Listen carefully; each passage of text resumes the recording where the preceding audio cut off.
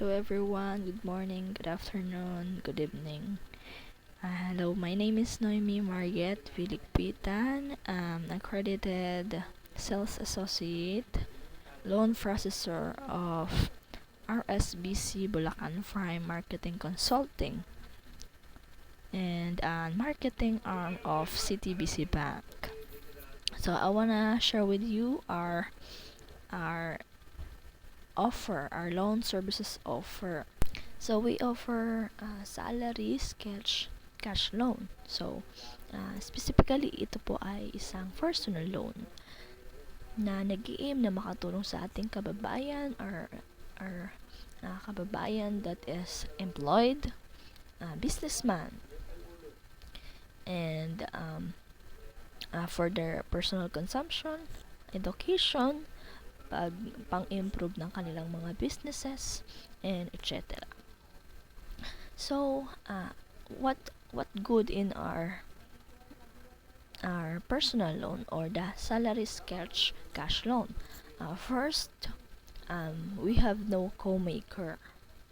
Co-maker means you don't have to someone that is allow you to be their co-guarantor, na hindi nila kailangan na kapag utang ka ay hindi mo na kailangan na maglagay ng tao doon, na in case man na hindi ka makabayad, sila ang magbabayad.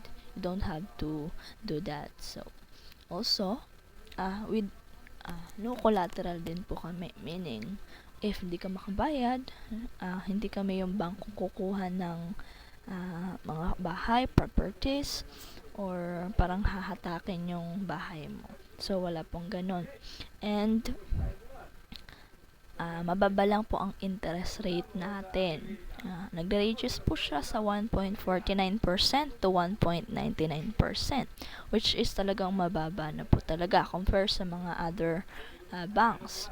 And also, sila kasi nag-reduce na from 2 to 5%. Talagang mataas na. And dito po talaga ay mababa lang ang interest po. So, ito po ay malaking tulong sa yung mababa ang interest kasi po alam naman natin, we all know that mahirap talaga magbayad. So, as employee, syempre, doon ka sa mas makakatulong sa'yo na hindi naman sobrang bigat sa bulsa ng interest. And also, kung ikaw ay businessman naman, di ba, why not? Doon ka na sa mababa ang interest na nami-maintain or nai-improve mo pa yung iyong business. 'Di ba? Especially nga sa mga businesses, 'di ba po, kailangan ng fund natin para ma-increase pa or ma-improve pa yung businesses natin. So, malaking tulong po talaga na mababa ang interest. And also, advantage pa sa personal loan is this salary sketch cash loan is nagaas lang ng minimal na requirements din yan, hindi sobrang dami. Okay, and doon naman tayo sa qualification sa empleyado po muna. So, empleyado muna. So, as if you are if you want to apply to this or to avail this personal loan, kailangan nyo po ay kayo ay of course working, and you have to regular status, dapat regular na po. And base po sa aking mga clients, 'di ba po, ang approval na may basic ay dapat ay at least 20k to 25k po yung minimum na basic salary dapat ng empleyado. So, yun po. Yes po, sa ating mga pliers, CTBC Bank ng pliers is nakalagay po doon ay 16 to 20k ay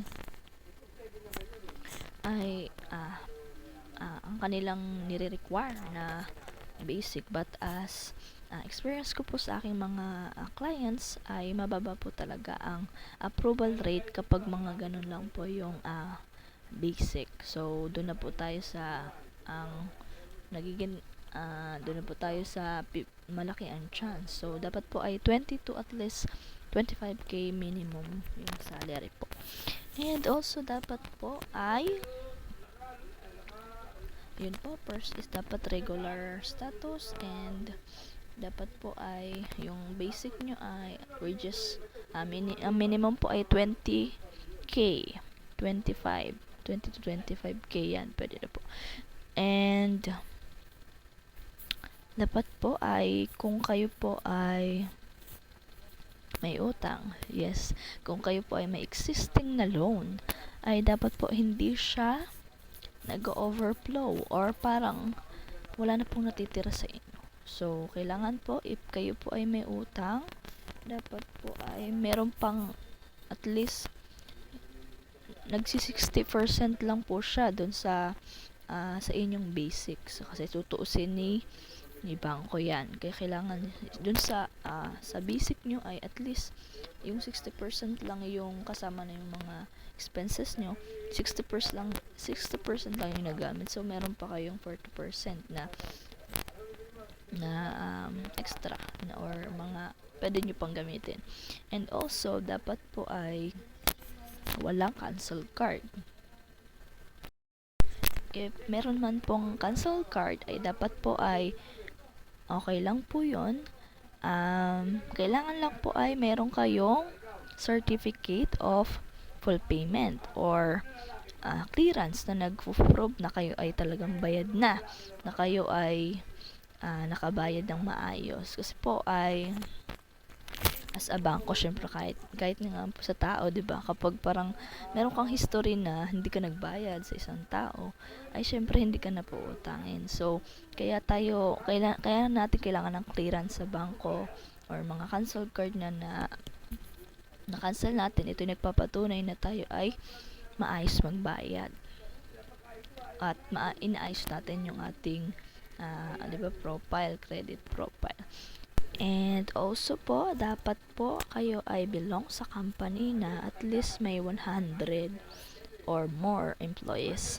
And also dapat po ay meron po kayong payslip na kaltas po doon yung mga SSS, mga PhilHealth, mga Pag-ibig, yun po. Kaltas po ng mga governments. Yan, goods po doon. And punta na po tayo doon sa requirements. Ay, by the way, hindi na naman po require na kailangan may credit card po. So, yun. But advantage po yun. Pero, yes po, na-approve naman po kahit walang credit card. And, doon po tayo sa requirements. Requirements for employed applicant as company ID and government ID. Back to back po iyon with 3 specimen signatures. And secondly is latest COE, Certificate of Employment. Latest po dapat. And sa HR po yun kinukuha. Yes po. And 1 month latest payslip po. Kailangan po ay latest.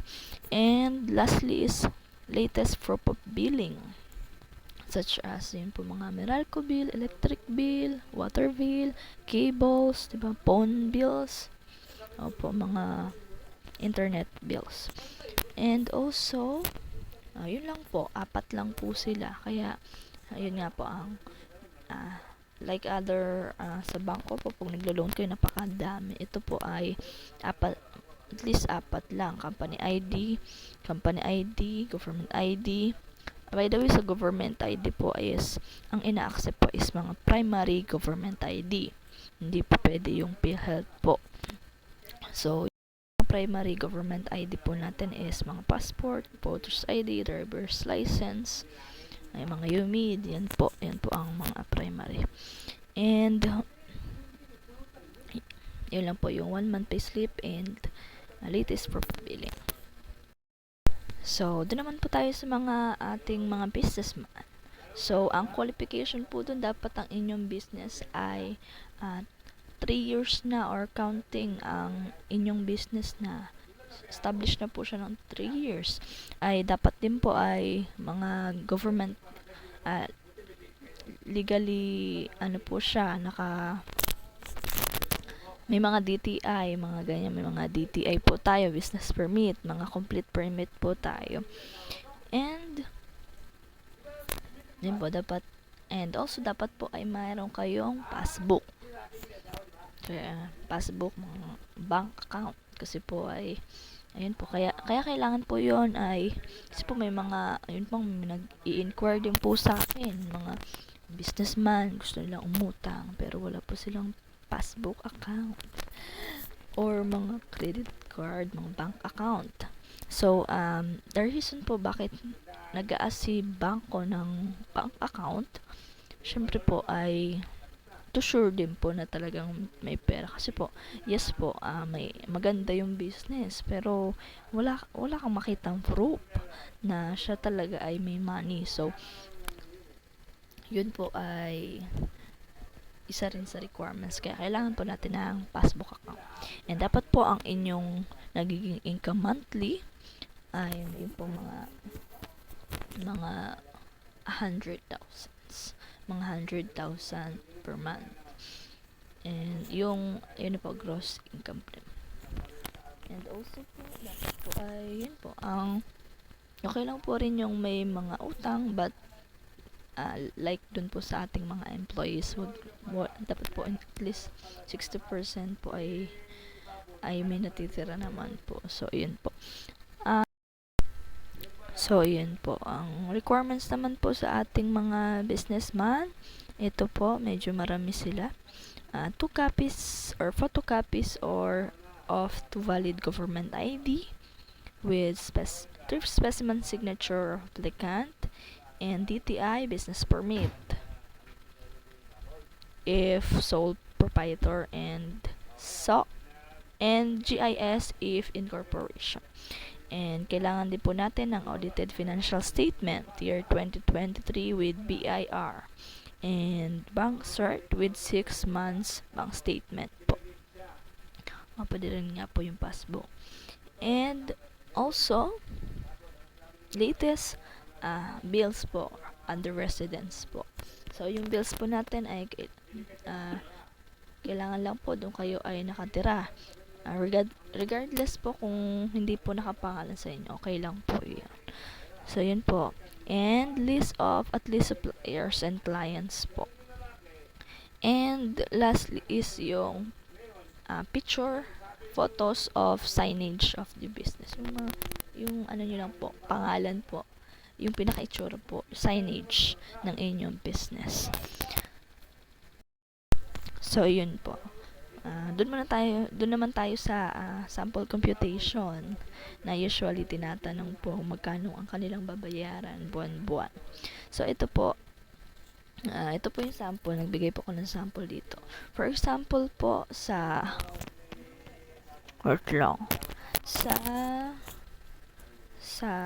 employed muna po. Ayan, kahit naman sa business po. Dito natin sa employed, mababa muna po. Kunyari po nag-loan kayo ng 300k. So, i-divide nyo po siya sa loan term. Meron po tayong loan term na 12 months or 1 year. Meron din po tayong 24 months or 2 years. Meron din po tayong 18 months or 1.5 years. And 36 months or 3 years. So 1 year, 2 years, 1.5 years, and 3 years. So ayun po, ganito po ang computation natin. So una muna po yung inyong desire loan. Kunyari po yan, 300k, 300,000. I-divide nyo po sa inyong, so yan, divide natin sa inyong loan term. For example, ay napili nyo ay 24 months or 2 years. Ayan po. Divide po natin, ang kalalabasan ay 12,500. Ayan, stick mo natin na muna po natin siya dyan. And mag-compute po ulit tayo. 300k po ulit yung inyong desire loan times sa ating interest rate, 1.49%. Equal. So, ang magiging sagot po dyan ay 4,470. Ganyan po. And yung sagot po natin sa una, ay i-plus lang po natin sa sagot natin doon sa second. Then ang kalalabasan po is the total of 16,970. Yun po ang inyong babayaran. Approximately 16,970 po. Ayun po ang interest rate po natin. Ang sabi ko nga po ay 1.49% to 1.99%. Yes po, yan po. Siyempre may nakakuha rin po ng mga mababa kung talaga po medyo hindi po ganun kaganda kanilang credit history, pero marami po akong clients na nakakuha po ng ganito po, 1.49% po. Usually mga bankers, mga call center, IT company, yan po ang even basta po maganda ang inyong credit history, yes po, pwede po na makuha nyo po ang pinakamababa, 1.49% po. So, yun, isinid ko na rin po ang ating doctor's loan. Doctor's loan po natin ay fixed sa ating mga inspiring doctors, consultant. Ayan po, sa doctor's loan po natin, meron tayong fixed na interest rate, which is 1.39%. Fixed na po iyon. Basta ikaw ay doktor, kayo na po ay makakatanggap ng aming 1.39%. So, dun po tayo sa ating doctor's employee. Kailangan po ay regular din po. May payslip. And, yun po, 100. Parang sa employee lang po. Yun po, 100 employees na po kayo sa company. Ayan po. Ang requirements po natin sa kanila ay PRC ID. And, tatlo lang, actually ang ganda po talaga nito ang ganda po nitong kapag doctor po, unti lang po talaga, tatlo lang po ito: PRC ID, hospital ID, and 1 month payslip. Yun lang po. And doon sa ating requirements naman po sa ating mga consultant doctors, may mga doctor na may hospital or may mga clinics, dental clinics, ganyan po. Requirements naman po natin sa kanila, dapat po 3 years na rin po ang inyong hospital, ang inyong dental, ang inyong dapat po yung may passbook din po, may mga bank account po. And also, dapat po 100,000 din po a month ang kinikita ng inyong clinics, hospital po. So, requirements po ay PRC ID, 1 valid government ID, primary po ulit ito, mga passbook, UMID. And lastly po, requirements is latest 3 months passbook account. Okay. So, ayun po. Tanong naman po, paano po ba nagpa-process po yan? Paano ba mag-apply? Ayan na, mag-a-apply na po tayo. So, how to apply po? So, the process po is online po. Online lang po tayo. Yes po. Via email po ang pag-send ng requirements.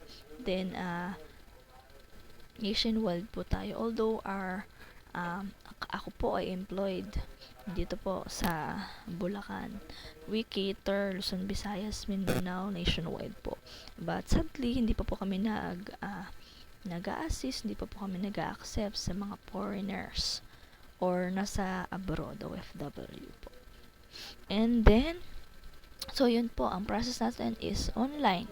Hassle po rin na po kasi po, yun po, especially mga matataas na position po or even lahat naman po ay busy. So, kaya po favor ito dahil ang application po natin is via online lang po. So, ayun po. Via online lang po siya, via email. Magsisend po kayo ng mga requirements sa akin via email. Meron din po yung application form po. Pwede nyo pong i-print. Tapos i-fill up nyo po. And then, pwede rin naman po yung digital. May mga form po tayo ng digital. And then, Yes po, minsan po talaga, hindi naman po syempre kahit ako po, 'di ba, yung may mga personal information akong sinesend, pero I'm assure you lang po na ako po ay inyong loan processor, na kami po ay mga accredited. And yan po, makita nyo po, dito po ako, ayan, sa Bulacan Prime Marketing Consulting, dito sa Bulacan, pero may nationwide po, Luzon, Visayas, Mindanao. Nandito lang po ang sales office or marketing arms ng CTBC Bank na minamarket na. So, yun po, legit po kami. Ayan po, may mga, pwede nyo pong i-click yung, yan, maglalagay po ako ng mga link dyan, mga QR code po. Ayan po, QR code po. Meron din po kami dyang mga contact numbers. Ayan, tignan nyo po yung mga, andyan rin po ako sa mga pictures dyan. Palike na rin din po nung page na. So po, kami po ay alam po kaming, yung manager ko po ay merong branch po sa Makati. So, pangalawang branch na po dito sa Bulacan. So, ayun po, legit na legit po kami.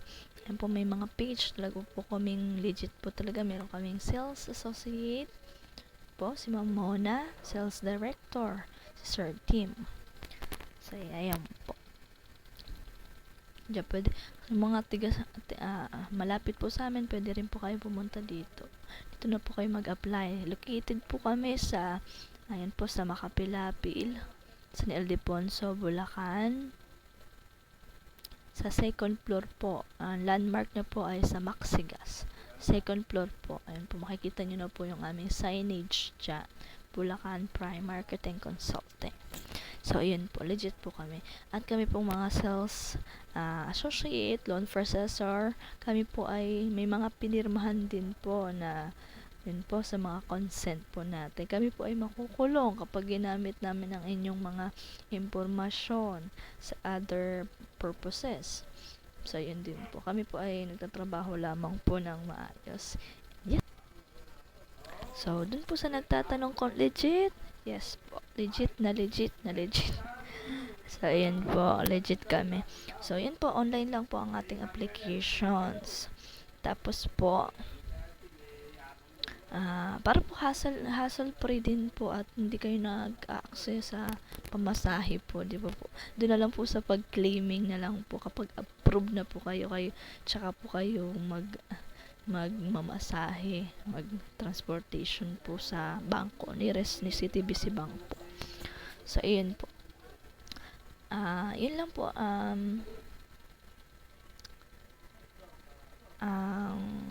Days naman po, it takes 3 to 5 banking days lang po. Ay, malalaman nyo na po kung approve kayo or reject. So, yun po, as loan processor, your sales associate, ay ako po ay nagbibigay ng daily updates sa aking mga clients. For example, kung napasa na ang kanilang applications, kung nasaan na, nasa CA na ba, nasa credit signing na ba, kung malapit na bang ma-approve, kung ni-recall ba, kung binalik ba dahil malabo yung pictures, hindi readable, yung location, parang hindi makita kung nasaan. Ayan po yung mga yun po, as your loans processor, sales associate, kami po ay nilalaban namin yung applications nyo. Ayun po, after yun nga po, 3 to 5 banking days po ay na-approve na kayo. So, yun po, kukunin nyo na sa pinakamalapit na CTBC Bank po sa inyong lugar. Yan po, may mga list naman po yan tayo. May mga list po tayo ng mga branches natin. And also, yun po, sa days nga po, actually meron po ako naging clients. Isang araw lang na-approve. Talaga pong pag maganda po talaga yung account nyo, credit card nyo. Credit records nyo, credit history nyo, talagang approve po talaga agad. 1 day lang. Meron naman po 2 days, may 3 days. Pero possible yun po, mabilis ang transaction po. Dahil kami rin po ay direct sales sa company or sa CTBC Bank. So, yun po. And also po, yun po. Kami, doon naman po tayo sa may bayad. May bayad po ba ang pag-apply? The good news po is walang bayad. Ang aming pong pag-assist sa inyong applications ay libre. Libre lang po ang pag-apply. And yun po, pag na-approve po kayo, dun lang po magkakabayad kung kapag kukunin nyo na po, meron po tayong 1,500 pesos po ang transaction fee. But kapag client po ay nag-loan ng 300k at na-approve ng 300k or more, ay kami po ay pwede po namin ipa-waive or ipaalis na yung transaction fee na 1.5 po. So, yun po ang pag-claim naman po kapag 75k below po ay cash na po na binibigay. Kapag po more than 75k ay sa post-dated check po tayo or sa cheque po kiniklaim. Kapag wala po kayong cheque, provided naman po ni bank. So, yun lang po. So, yun lang po. Sana po ay if mag-loan kayo ay don't hesitate po to contact me for more inquiries, for assistance. This is my number, my Viber and mobile number. Yan, 09 and po 09.